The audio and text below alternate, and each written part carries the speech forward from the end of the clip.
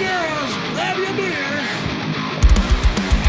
Hey everybody, this is Charlie from Anthrax, and you are listening to today's Boondoggle. This is Mark Metcalf, and you are listening to today's Boondoggle with Bailey on Domain Cleveland Radio. You are listening to today's Boondoggle with Bailey on Domain Cleveland Radio. Yes, Kato Kalin listens to this all the time. Welcome to today's Boondoggle. Now here's your host.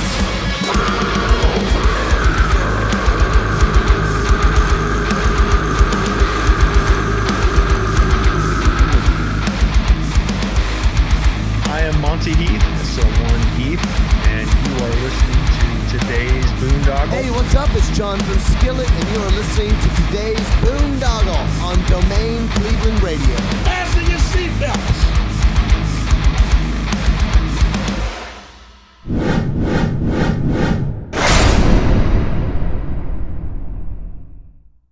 Sonic Temple Art and Music Festival returns to historic Cruise Stadium. Slipknot, Disturbed, Pantera, The Original Misfits, Evanescence, Limp Bizkit, Judas Priest, Stain, Breaking Benjamin, A Day to Remember, Falling in Reverse, Sleep Token, Rise Again, 311, Seether, Mudvayne, and many more. May 16th through the 19th, Columbus, Ohio.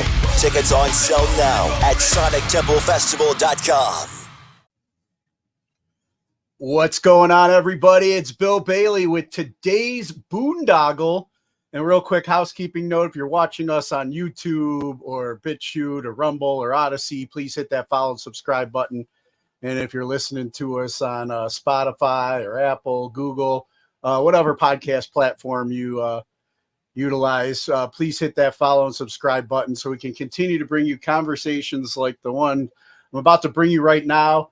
I'm catching up with a new friend of mine, a shipmate, guy I had the pleasure of meeting at Sonic Temple this past year in Columbus, Ohio. My buddy, Bobby Jimmi. How you doing, man?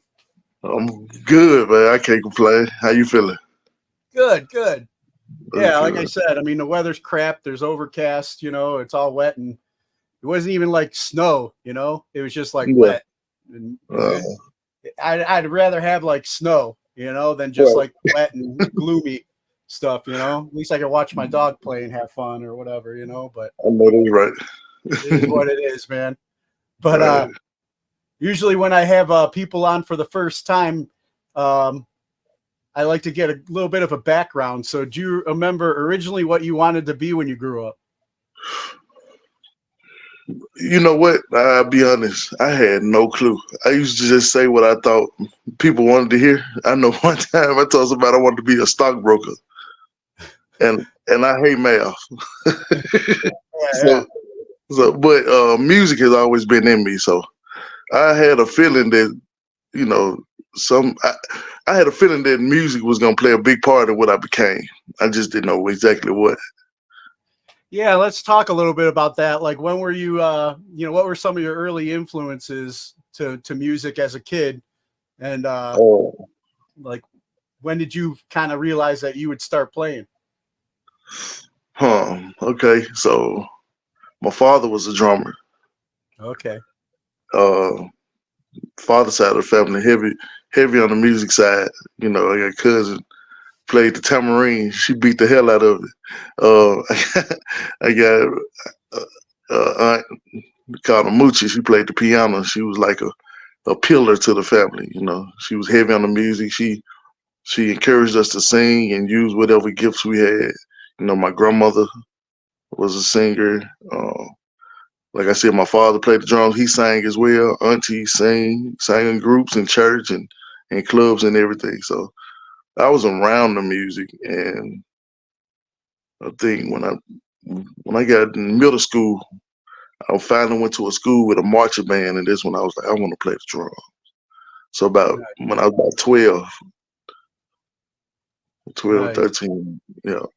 Nice. And then, so you went ahead and you got involved in marching band and stuff. And then did you start meeting some like-minded individuals and fellow musicians and then start kind of forming your own stuff on the side, or did that just come later? That happened like in the South, man. When you play the drums, you always end up at the church. When you grow up at the church, you always end up trying to play something. Especially as a boy, it's like all the boys want to play the drums, especially in Memphis. There's so many drummers around here. But yeah, I did meet a lot of people that wanted to do music. Rap. You know how it is, rap and stuff. But I think once I got to about high school, that's when I started, meeting people that wanted to take it serious and, form groups and stuff like that. So nice. And then, one of the things that, when we were talking, we realized we had in common is that you are a Navy veteran. So yeah. when did were you already kind of like playing in groups, or when did the Navy call you? When did you get that calling? That was like senior year, man. Senior year of high school. I've always had an admiration, for the military, because on Saturdays when I was growing up, we had this drill team situation, and we had this drill team situation. I'm sorry, keep getting messages. We had this drill team situation, and we would go to the church, and it was this guy that was in the Marine Corps. His name was Percy Hughes, and he used to drill us. Like, he used to kind of be in our face and teach us, the movements and teach us formation and stuff like that. And he implemented like the Bible with a lot of our lessons. He taught us how to march and stuff like that. And I was kind of interested in, because I thought it was cool. He would play tapes of like cadence, like Marine singing cadence, like while they ran and stuff like that. And I thought that was so cool. So this sparked my interest. But high school is when my senior year, that's when I kind of took interest in it, because I knew I wasn't gonna go to college because I didn't want to waste nobody's money, because I was gonna party. That's all I was gonna do. Yeah. So get paid to party, Exactly. Exactly. So then you decided to join the Navy. Where'd you end up going to boot camp at? Great mistakes. Great Lakes, Illinois. All right. Yeah, me too. Yeah. Nice. Oh yeah. See, what year was that though for you? Me? Oh yeah. Man, I'm much older than you. I was back in '92. So was it around the time where they were sending you to the location based on your rate? Based on your job, because they had different boot camps. Yeah, I was kind of non-rate, so I was just kind of like mixed in the with I think I was.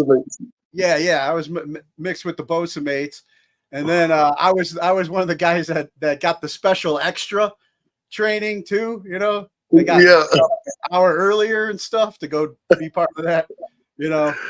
If you remember that, for either the fat bodies or the troublemakers, they would send us the extra PT and stuff. That's interesting. Yeah, but I did Great Lakes, and I was like part of this apprenticeship program when I was in. So then after I had my graduation, I think I don't think I came home right after, because then I went to like a rating school, and it was like for this apprenticeship program at the time.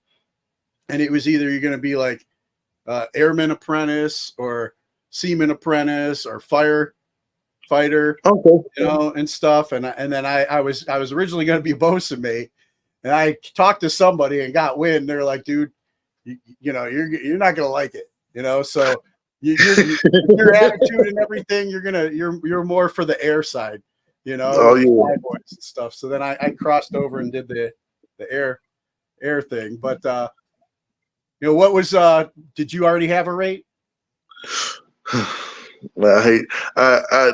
I get angry every time I tell this story. so when I was signing up, I had three choices. I think I could have been a SH, a dental tech, nice, or a Bosa mate, right? Oh boy. so the dental tech, my grandmother, was a dental hygienist for like 30 years. Yeah.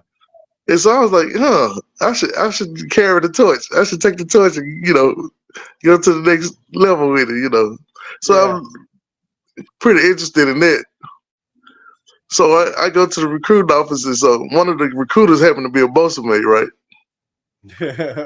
So you would think he would want to talk me into, doing what's right for me.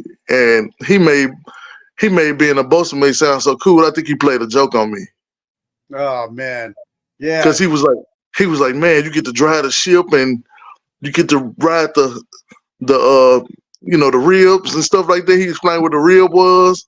And I was like, man, that sounds cool as hell. I'm like, I don't want to be no dinner ticket. And man, I still want to beat dude up to this day, bro. I still want to fight this man. Like, I want to kick his ass. Excuse my language, but I really want to kick his ass. Because it's an adult show. Yeah, I'm glad I did it, but I hate the way he persuaded me to do it. You know what I'm saying? He played the trick on me, man. Yeah. But I did my time.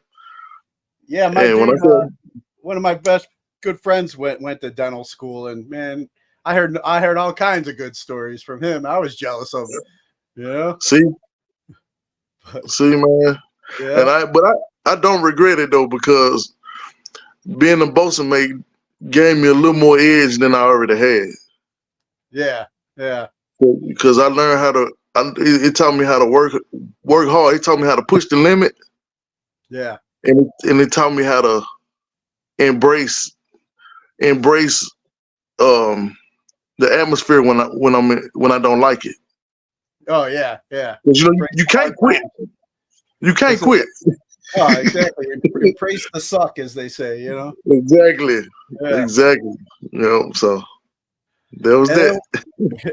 And then during your time in on your journey as a Bosa mate and everything in the Navy, what were some of the, coming from like the South and your upbringing in the church and playing drums, what was some of the oddest things that you experienced then in the Navy? So I say this. My parents had me young. And in the South, you go to church because, when you're young, they make you go. They make you go to church. Mm-hmm. And then you grow up and you kind of don't lose touch of it because it becomes part of your values and tradition. Yeah. But I had a good balance because my daddy cursed like a sailor, man. He was. Oh yeah, I was ready, and then my mama was a hard charger. Like, she didn't play no games, and so I was prepared. I think the odd thing was the people. Some of the people, man. You meet some of the strangest people. Yeah. Oh yeah. And they have. How'd they get in? Man, you be like, what the hell? Like, people have like little habits and hobbies and stuff, and you be trying to figure. You be like, what? So I think the people. Some of the people were that was the oddest situation. Some of the people I crossed paths with, Yeah. And then, where would you say was one of the worst places you served at? So we did a Westpac because I only did 4 years. Yeah. We did a Westpac, and we ended up in Bangladesh. Okay. Horrible. Yeah. We had getting sick from the markets there and everything too, And see, I didn't get off the boat. Okay. We anchored out. We didn't moor. We anchored out, and I think I had duty that day, so I couldn't. No. What happened was we anchored out and we weren't there for long. So they ended up putting me on duty. They volunteered me, Yeah. And so we had the Liberty boat coming, and there was some boat from them. They was constantly pulling up, and they were back and forth, and they had some dinner with the officials from over there. It was some weird exchange, but the water, the ocean over there is brown. The mosquitoes about this big. Then we had to get a shot before we went over there. And this is mine right here. Hold on. You still got the scar, huh? Look, you see that? Yeah. Try to find the camera. Like smallpox or something like that. Like a damn chocolate tip on my arm, man. Yep, and then the worst thing was I was so we had an anchoring barge to where we tied their boat off it, and I was getting the line from them, and I got hit in the face with the monkey fish, man. Oh no!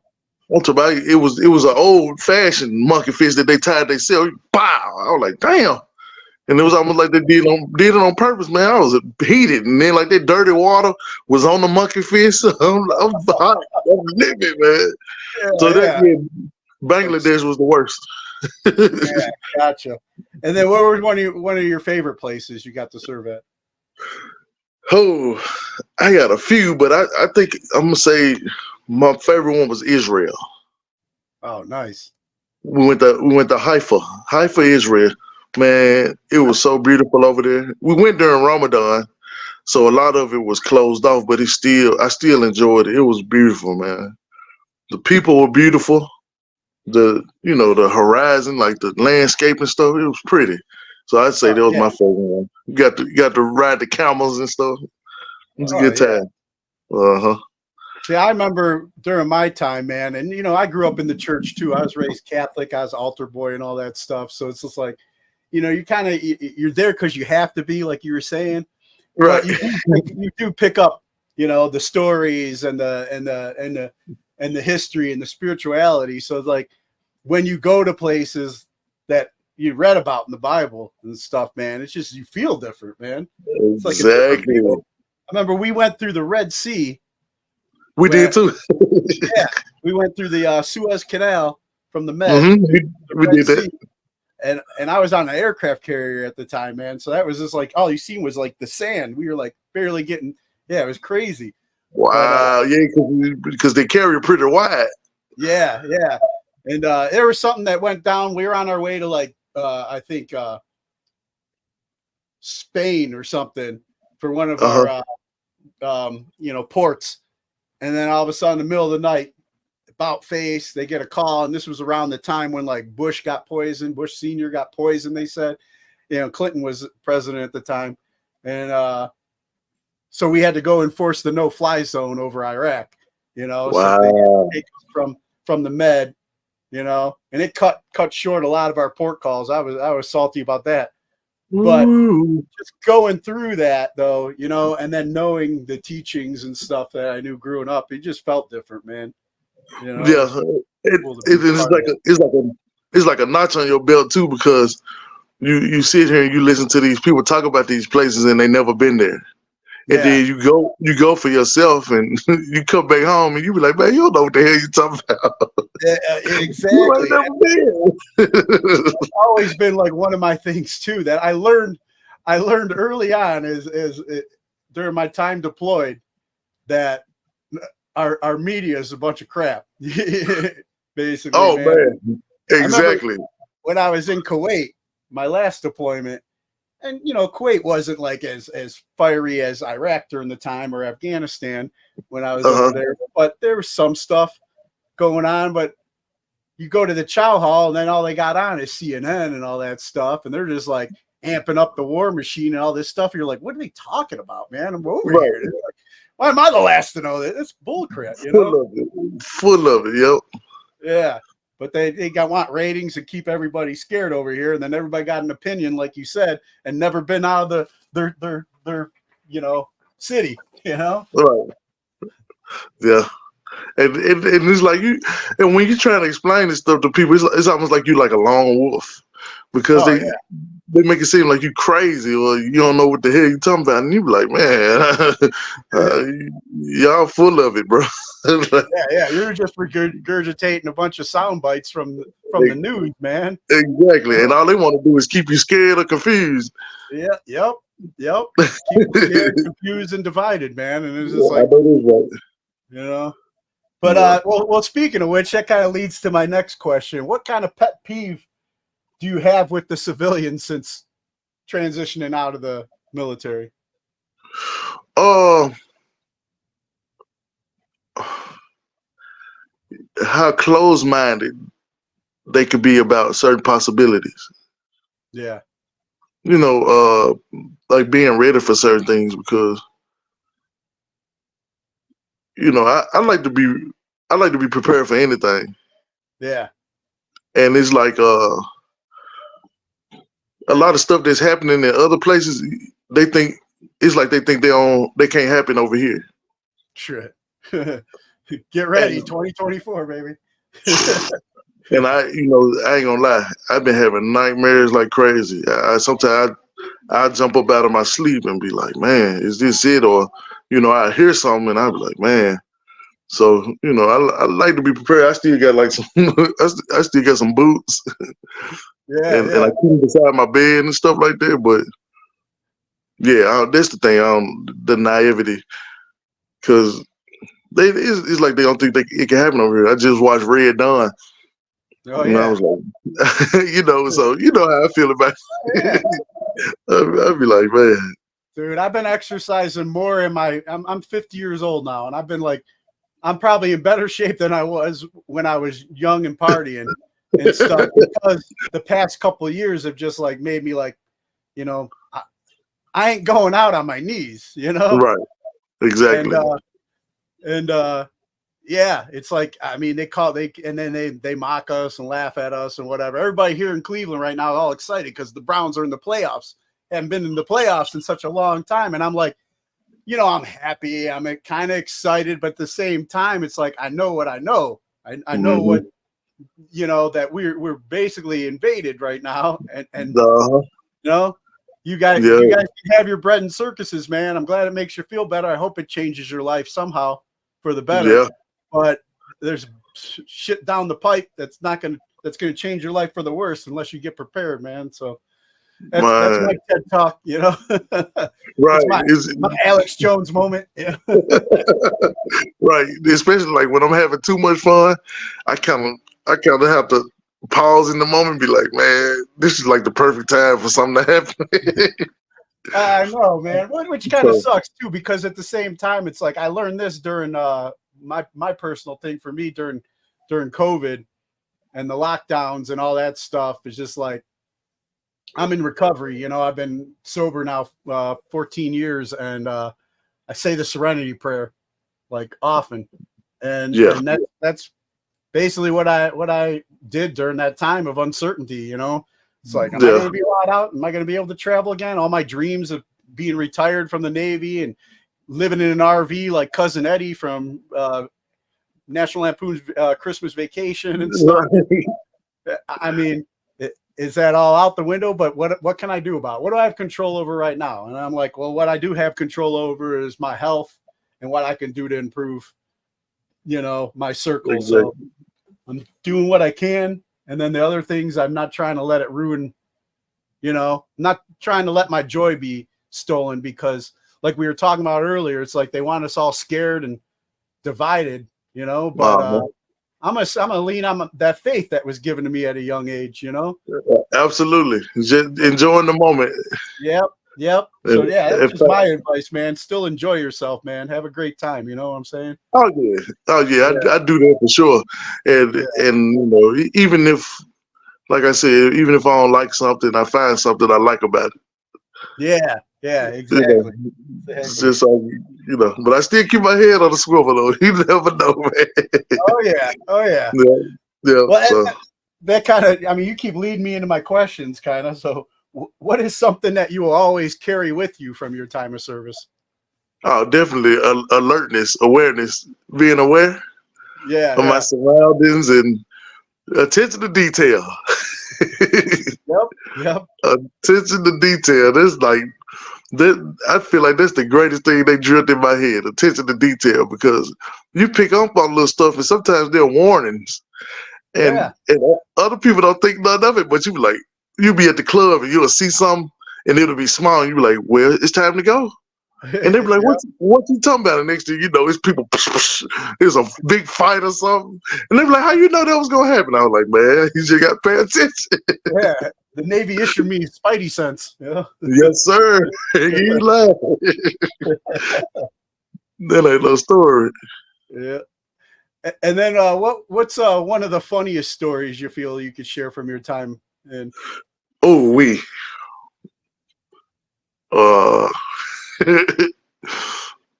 okay. I'm put myself. I'm expose myself. So I was stationed in Washington State, and I used to. These was the MySpace days, Oh yeah. and I used to get on there, and I would type in the zip code close to the base, Yeah. and I would type it in the search part, and every girl I thought was pretty, I had this certain little prompt that I had typed up, and I would copy and paste it. I would say, "Hey, I'm new to the area. I'm in the military, and I need somebody to show me around so I can know where I'm going." And man, like they say, if you throw a rock in the midst of 100 people, you're gonna hit at least one person. I hit a few. Yeah. And the funny, and I'm leading into the funny story. So one time, I got catfished. It was this girl. Yeah, she came to pick me up from base. Her name was, I won't say her name. I almost said her name, but the name make it even funnier because the name was funny as hell. But I'm not gonna say it. So I get picked up. I walk to the gate, and it's like this 2-door Honda, right? This little small 2-door Honda, and it's a big ass dog in there. And so the dog was blocking her. I couldn't see her, and she moved the dog out the way. And man, this girl was hideous. Oh man, it was crazy. But you know me, I was bored. so you know what I did? I got in the car and we kicked it. I ended up having a good time, man. But we was out of the town, and I was kind of trying to like be extra distant because I didn't want nobody to see me with her. So yeah, that's one of the funny ones. Man, that reminds me. I was down in stationed down in Virginia Beach area, and me and my buddies used to go down to the beach to this one place called Bubba's, and it was I don't know. That's when I first started learning about hogging, you know. And it got to the point, in the Navy, it was just like, for me, it was just like, they all weigh the same on their back, So I think I ended up going home with Bubba's sister the one night, but then when she was giving me a ride back to base, I had to just drop me off at the gate, and then I did the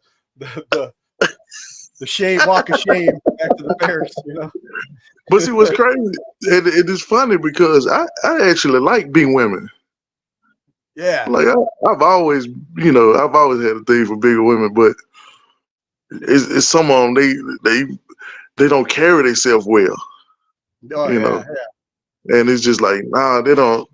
Being big don't automatically qualify. You gotta. Yeah. I mean, I like thick and stuff, but I also like, you gotta be, pretty and maintain yourself a little bit. Absolutely. Absolutely. But it's like the day and age of internet dating, man. I've been learning the hard way because my daughters are finally like, they're both in college now, and they're like, Dad, you can start dating now, and I got a good girl now. I'm happy about, but I started doing that internet dating, and it's just like, man, just train wreck after, like you were saying, catfish, man. It's just like filters and all that crap. It's just like, okay, you're posting you want an honest man, to start a future with, and you're starting with a lie. You're already lying to me. So, and sometimes they'll be pretty, and you talk to them, and they don't know nothing. They dumb as hell. Oh yeah, that too. So that happens too. So it's hit or miss, man. Yeah, it is what it is, man. It's once again, the Serenity Prayer works and everything. You got that right. You got that one right, man. And then what would you say is like one of your greatest hopes for the country that you've been willing to give your life for? That's a good question.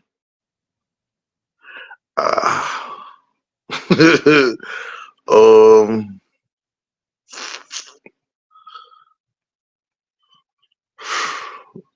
Space Force. And I'll be completely honest. Like, I'm not one to say that the moon landing is fake or real, Yeah. but I think the Space Force is a good effort to discover more about what's outside of Earth. Yeah. You know what I mean? So I think that's a lot's they been get in the news lately. You know, it's funny when they kept, covering up all the years everybody be talking about UFOs and government's like, oh, weather balloons and all this. And now they finally start saying, yep, there's other things out there, and everybody's so distracted by everything else they don't care. We're just so numb now. You right. know? It's quite a it's mysterious, man. And then like, you would hope that everybody would get on one accord and be able to join hands and kumbaya and have one vision and make everything work and be ready to defend each other. But that's a that's a far reach. There's a lot to ask for nowadays. It is, man. That's the sad part, man. It's just like I believe we're already in the middle of World War III, man, and people don't even know.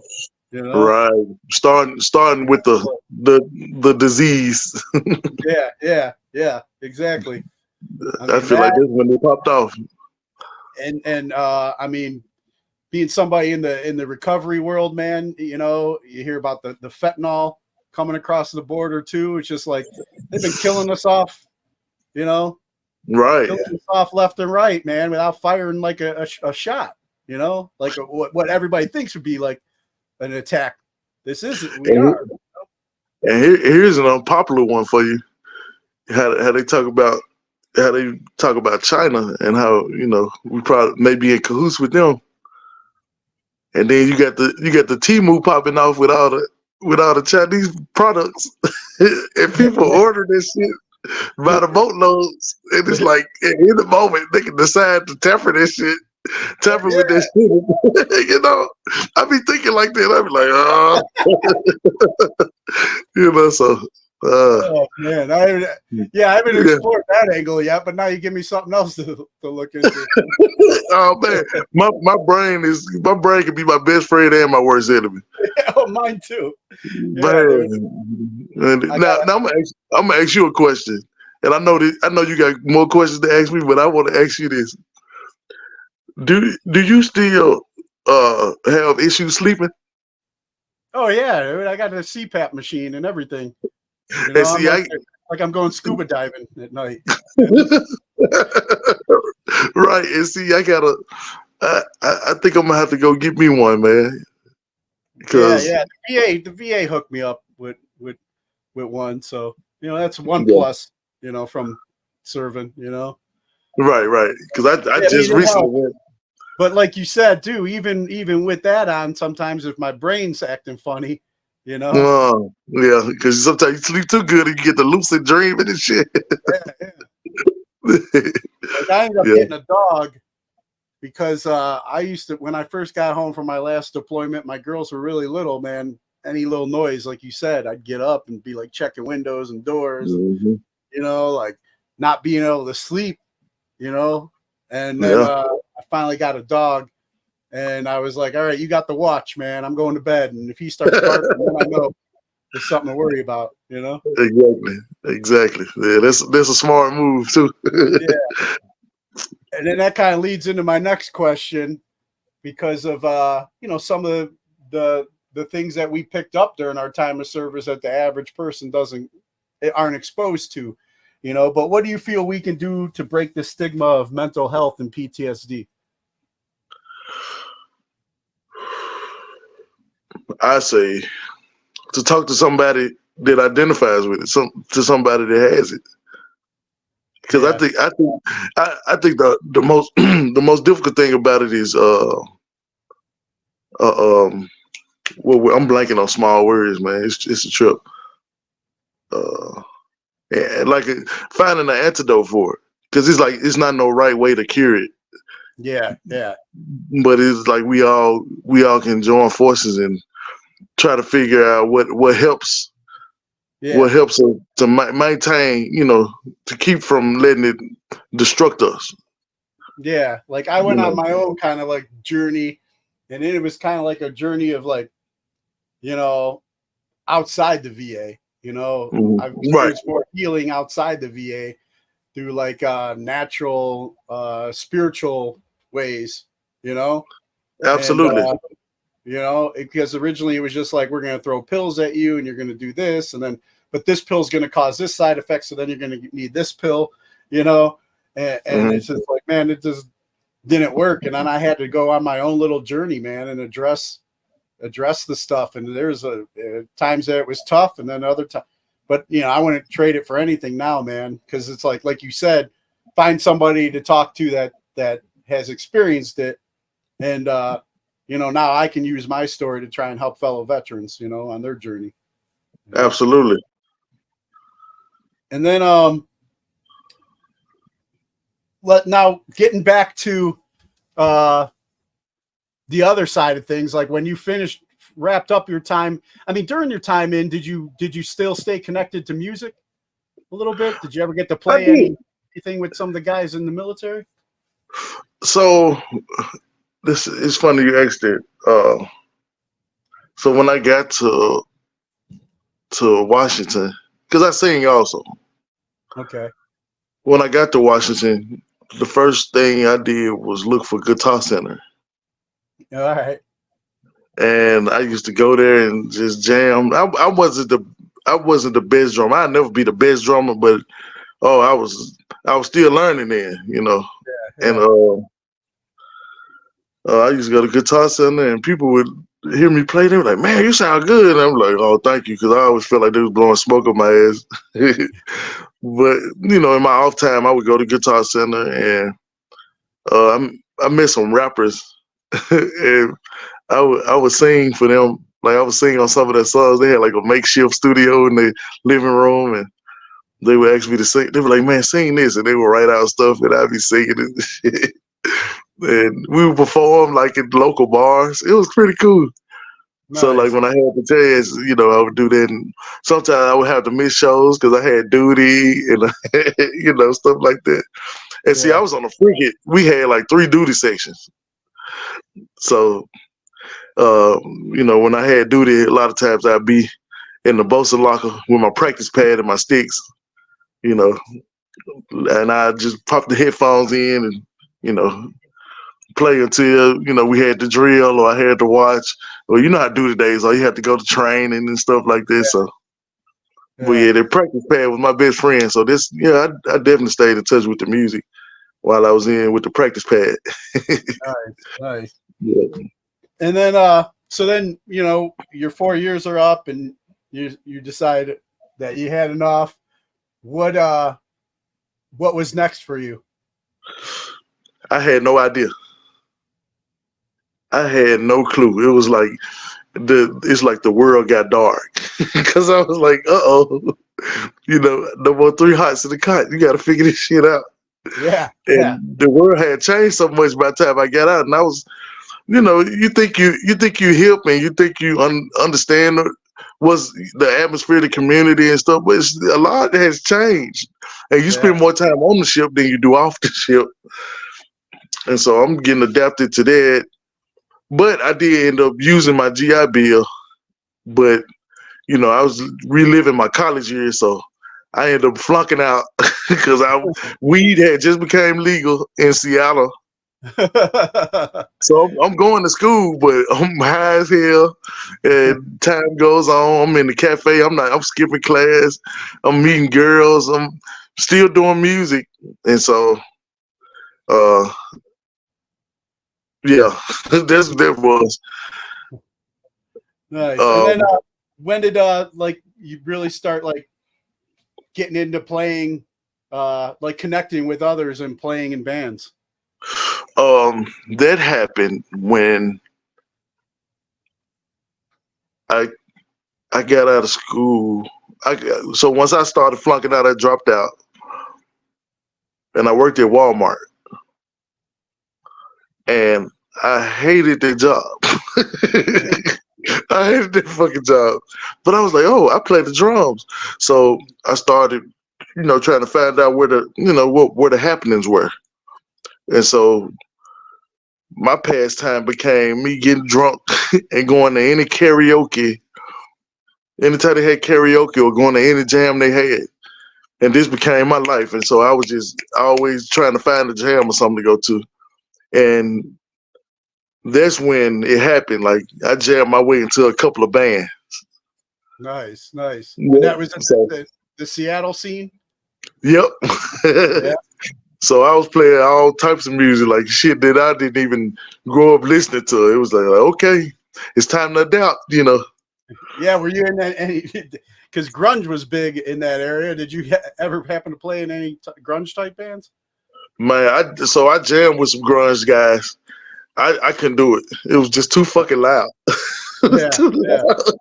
But that particular group of people I was playing, the guys were jamming, but it just wasn't my thing. Yeah. Their type of music, because it was just like nah. It's cool to listen to though, but I just didn't enjoy playing it. Yeah, got you. And then like when when I ended up meeting you at Danny Wimmer's Sonic Temple this past year, you had been out playing with Ayron Jones. How did that connection come together for you? So Ayron is a big name in Seattle. Okay. Especially in the music community. But I didn't think none of it. I would just go to jams, and I never been the type to put anyone on a pedestal. It's just like either you can do it or you can't. And it was just one jam I used to go to in Seattle, and he popped up one day, and he heard me play. This was back in 2013, 14, because I got out in 2012. So this was like a couple of years after that. And he heard me play. So the lady that hosted the jam, he got in touch with her and he asked her for my information. Or he gave her his information. Somehow we got in contact. It was one of them things. Yeah. And so this was at the time where I had nothing. I was poor. I was homeless. I was sleeping on a friend's floor. And he asked me to come audition for him. And the date he asked me to audition, it was after my sister graduated high school, which was in Memphis. Okay. And so what I did was they had, you know how you get the offerings for credit cards? Yeah. And I had one in my email, and they was going to give me a credit card with a $2,000 limit. And I applied for it, and I got it. Man, I took the credit card. I bought some outfits to wear to the graduation. I bought a round trip ticket, and I bought my sister gifts for graduation. I basically maxed it out. Yeah. I flew home, went to the graduation, act like everything was okay. I had to rush back. I didn't have a drum set at the time, so I had to borrow a drum set. I had to borrow cymbals, all that shit, and so I rushed to the audition. I was late to the audition. I had jet lag at the time, so I was terrible. I was a terrible individual that day because I was late. You don't do the late shit. Yeah. So, and I could have just given up and say I'm not gonna do it because I'm gonna be late and I had to pick up drums. I still went. I said I know I'm late, but I'm still gonna audition. So they respected it. And I played and I left and I was like, yeah, I feel like I did horribly, but I gave it everything I had. I was so fucking tired. And they sent me the email a couple days later. They was like, oh, we sorry, man. We went up with another choice, but we appreciate your time and da-da-da. And so I just kept going to the jams. And he had a show one day. He needed a drummer. He called me up. Yeah. Because he said, I remember how you played. And so I played for him a few times. after that, and then I would play in other bands. And that's how I got connected with them. It's a whole long story, but that's how I got connected with them. Nice. Yeah. Well, I mean, like, I got to experience you guys playing live, and I mean, it's just it was like like we were talking about, like spiritual feelings, and like like when you went to Israel and stuff like that. I'm not saying that you got but when I was watching you guys, man, it was a moment. It was a moment in time, and especially, I mean, I'm not just blowing smoke because you're here with me. But I think I told you after your set, man, it was just like you guys, everybody was just. It was like you guys are running a marathon. Everybody put in so much, into that show. You own that stage, and it's just like there was energy, and then the crowd got riled up and stuff, and then there you are shirtless and jamming, and it was something else, man. So it was quite an experience and quite a fit, man. So how did it come back around where you got to go on the tours and do the festivals and stuff with them? So, man, this so I moved back to Memphis, right? Because my father's mother was sick. Moved back to Memphis. Me and my father, my father's a drummer. Yeah. We got reacquainted because we was kind of butting heads at that time. But we started, getting tight. I worked for the Army Corps of Engineers. Okay. I was a deckhand, and I would be at work. And it's funny because my father and Ayron, they would call me while I was at work. They didn't give a, when you working them kind of jobs, you can't be on your phone. Yeah. Man, them guys would call, my daddy and Ayron would call me at work. My daddy would randomly call me and check on me. And Ayron would call me because he had just got signed and he wanted me to come on board. And so I was like, man, I got this good job. I don't know, man. I don't know if I could jump and do that. He was like, man, we want to get you up here. Just let me know, man. We'll figure it out. And I'm like, okay. So I'm working this dope job because I'm making more money than I ever made in my life. Even though I really didn't like the job, I worked it and I figured out a way to like it, which was the money. Yeah. Fast forward, I lost my father October 2019. I lost my father, but before he died, we had a conversation because he knew he was finna die. Yeah. And before he passed, he told me, he said, man, you got a gift. He said, and your gift will make room for you. He said, your plan is going to take you way further than it took me. And, he heard some beats I had made, and he didn't know I made them. He was like, who is this? And I was like, that was me. And he was like, man, that's what you need to be doing. He said, you got to live for yourself, man, because it's like you're trying to impress somebody else. Because I was working on the river. I didn't want to do that shit. He knew I wanted to be in the music. Yeah. And he said, man, you got to live for yourself. He said, it's your life. You get one. Do what you want to do. And so, I'm sitting, I'm like, yeah, I understand it, but I'm trying to figure out why the fuck he telling me this shit. And so, he had a stroke. He ended up in the hospital. They had him on the ventilator. So he was nonverbal, but he was able to move. And I just kind of talked to him because I knew he could hear me. And so I made a promise to him, on his deathbed. And I said, man, you know what?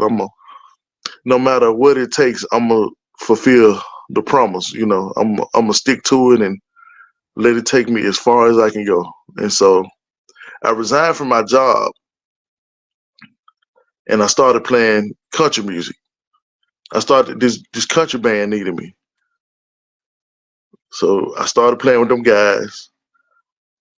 And I was playing, I ended up playing in 2 different country bands.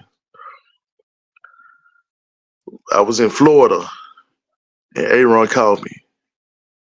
This was like a couple of years, this was like almost a half a year later.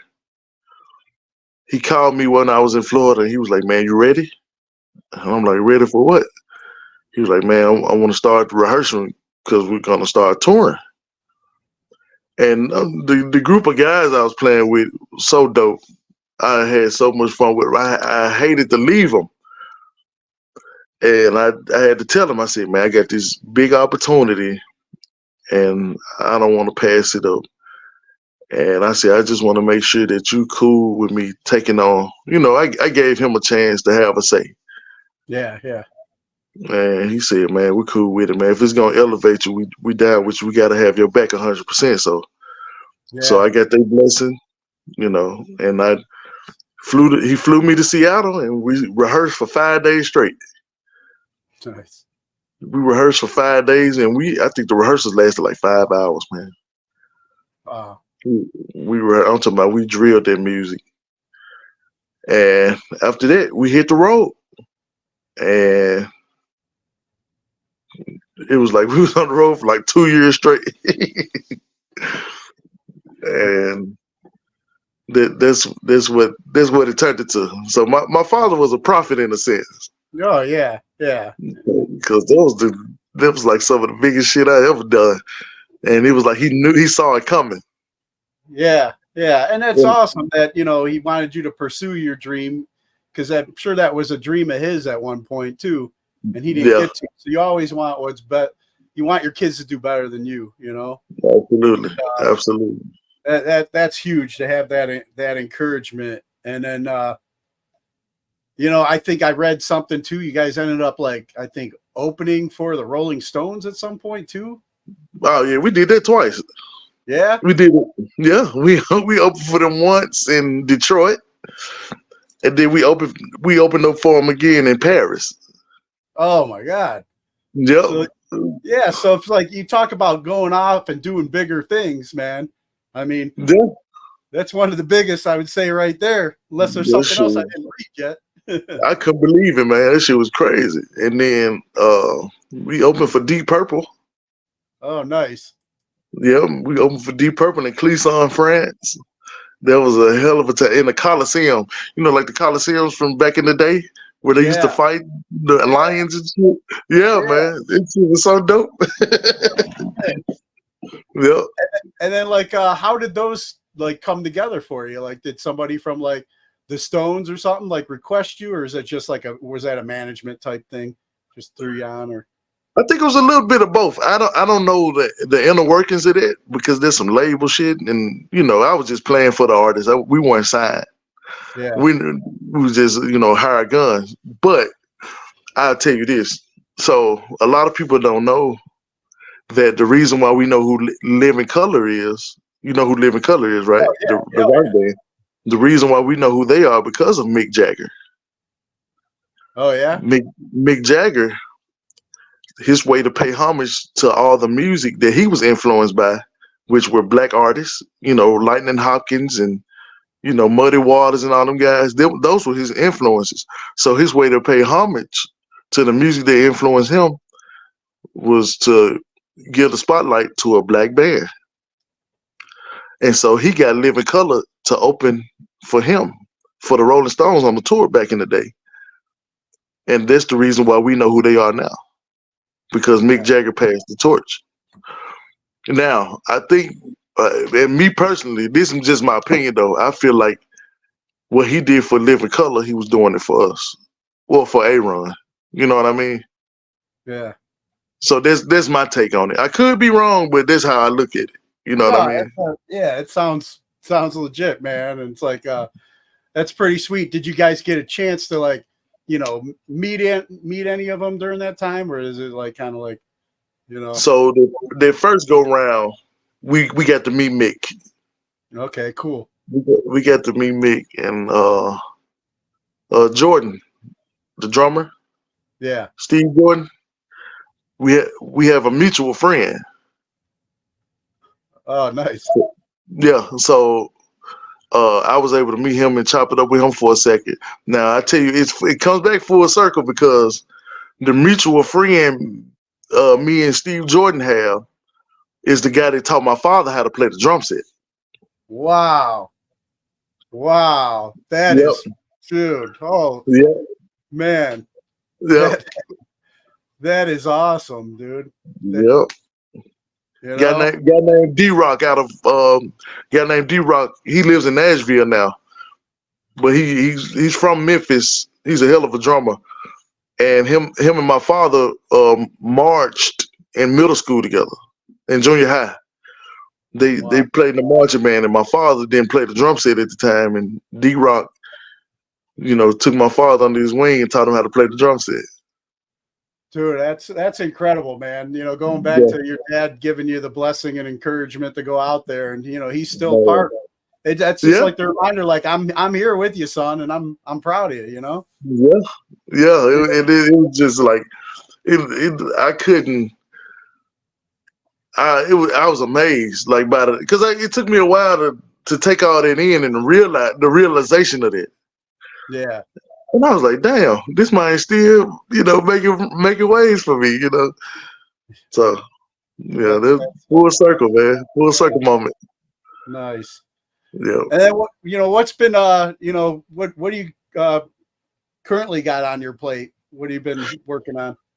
So obviously I'm no longer in Ayron's band for whatever reason. I have nothing bad to say about nothing. Yeah. And I'm gonna leave it there. Currently playing for this guy named Denver Massey. It's country music. Okay. What's dope about this guy is, for one, he's talented. That's first. He's talented. Second thing is he has one hand.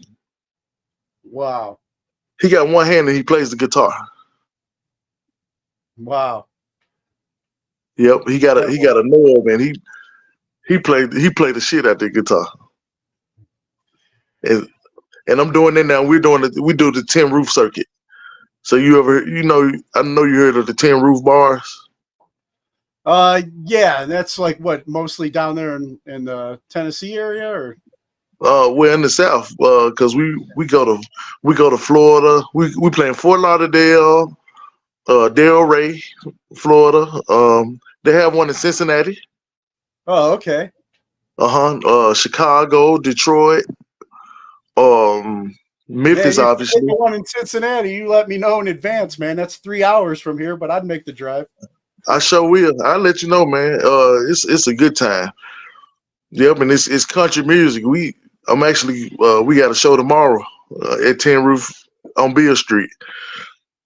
So yeah, Nice. That's what I'm doing now, and I'm trying to get in the motion of making my own, creating my own music, trying to put myself out there as well. So Yeah, the beats that your dad heard, man. You got to keep that going too, I know, man. I'm rebuilding again. It's like I'm starting over again. It's like the bottom of the steps of the next level. Because that's how I look at life. It's like, we have these different levels, so we have to take steps to get to the top. Yeah. And once we get to the top, we end up at the bottom of a new set of stairs. You know what I mean? Oh yeah. Yeah. Because we always trying to get to the ceiling. But it's all about taking that step, And I don't want to never get to the ceiling. I'm reaching for the moon, man. Yeah. Space Force, baby. Yes, sir. Space Force. Space Force. Yeah, before I forget, too, my daughter texted me. She wanted to make sure that I told you hello for her. You remember her? Yeah, tell us what's up. Yeah, Celestial. How is she? She's doing good. She's doing good, man. She's working at this Alfa Romeo car dealership, so she gets to drive all the fancy cars to the rich people's houses and everything, man. She's loving it. Yeah. That's what I'm talking about. Yeah. Plus she's in college and everything, so she actually, her birthday's coming up, New Year's Eve, so Oh, which y'all gonna do something big? A big weekend for her. Yeah, she usually her mom usually takes her down to like some fancy hotel and they spend the night there and Let's go out do and stuff. So yeah. Me, I bought her a bunch of stuff for her jujitsu and boxing stuff that she does on the side too. So okay. That's the stuff I encourage. So I, like we were talking earlier, one less person I have to worry as much about. They can handle their own stuff, Exactly. And see this, and it's funny you say that because I got 3 sisters. Yeah. And I think about them all the time. Sometimes I worry because I'm like, I hope they're okay, But my younger sister, she's the tough cookie. She carries. She's a black belt. Oh, nice. Oh yeah, she a bad mama jamma. Nice. Yeah. Hey, well, before we've been on for about an hour, man. Before we get ready and wrap up, I want to ask you a couple of questions I normally ask guests Okay. I have. Who are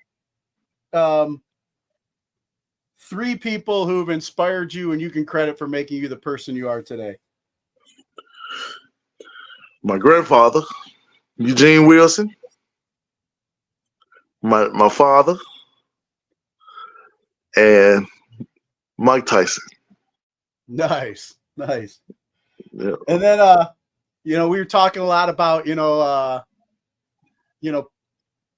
people being aware of kind of more taking more of a personal interest in things going on in our communities and stuff today. But what would you say? What class do you feel should be mandatory before graduating high school today? Banking, accounting. Yeah, that one's huge, man. Either that, money and taxes is what I get most of the time. Yeah, because it's no matter how much you know about it, it's always something you don't know about it. Oh yeah, and it don't seem like to be the focus in school either. As much as you memorize stuff and push a button.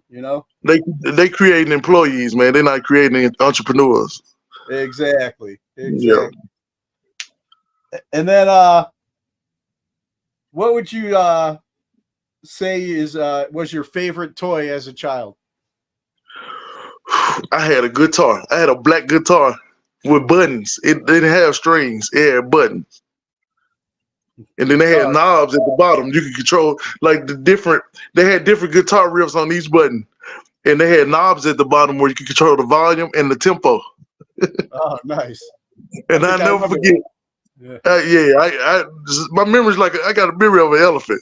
I remember certain things real well. And I remember the 3rd button, it was like this blues riff. And I used to cut the tempo all the way down and it go yeah, that was my favorite toy. Nice. Yep. And then any message you have for our military brothers and sisters currently serving overseas? Stay in the fight.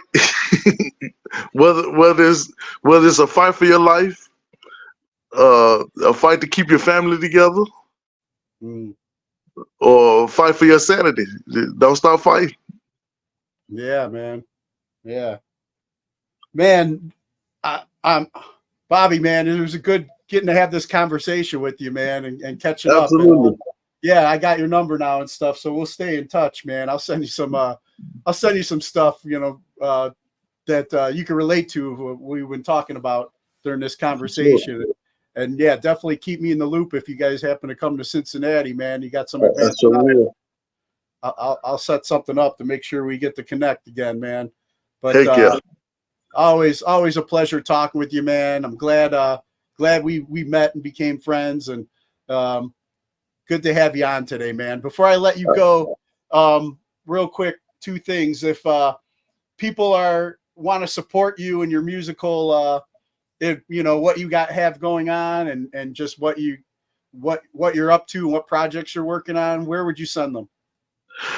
Right now I'm working on a lot of stuff, so it's like you can't really see it. But if you want to keep in touch or you want to be nosy and see what I'm doing, that's cool too, because I'm an open book. You can follow me on Instagram, Big Sexy Drums.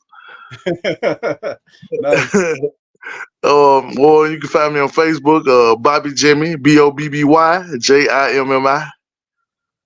Nice. Yep.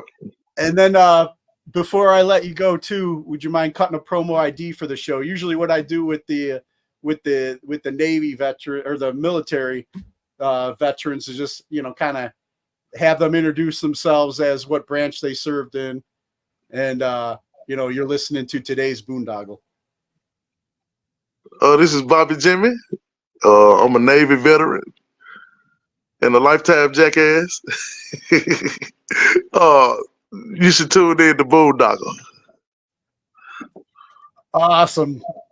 Bobby, man, good talking with you, man. Thanks so much for your time. It was good catching up, man. You too, man. I really appreciate it, man. All right. You take care. You too, man. Bye-bye. Later.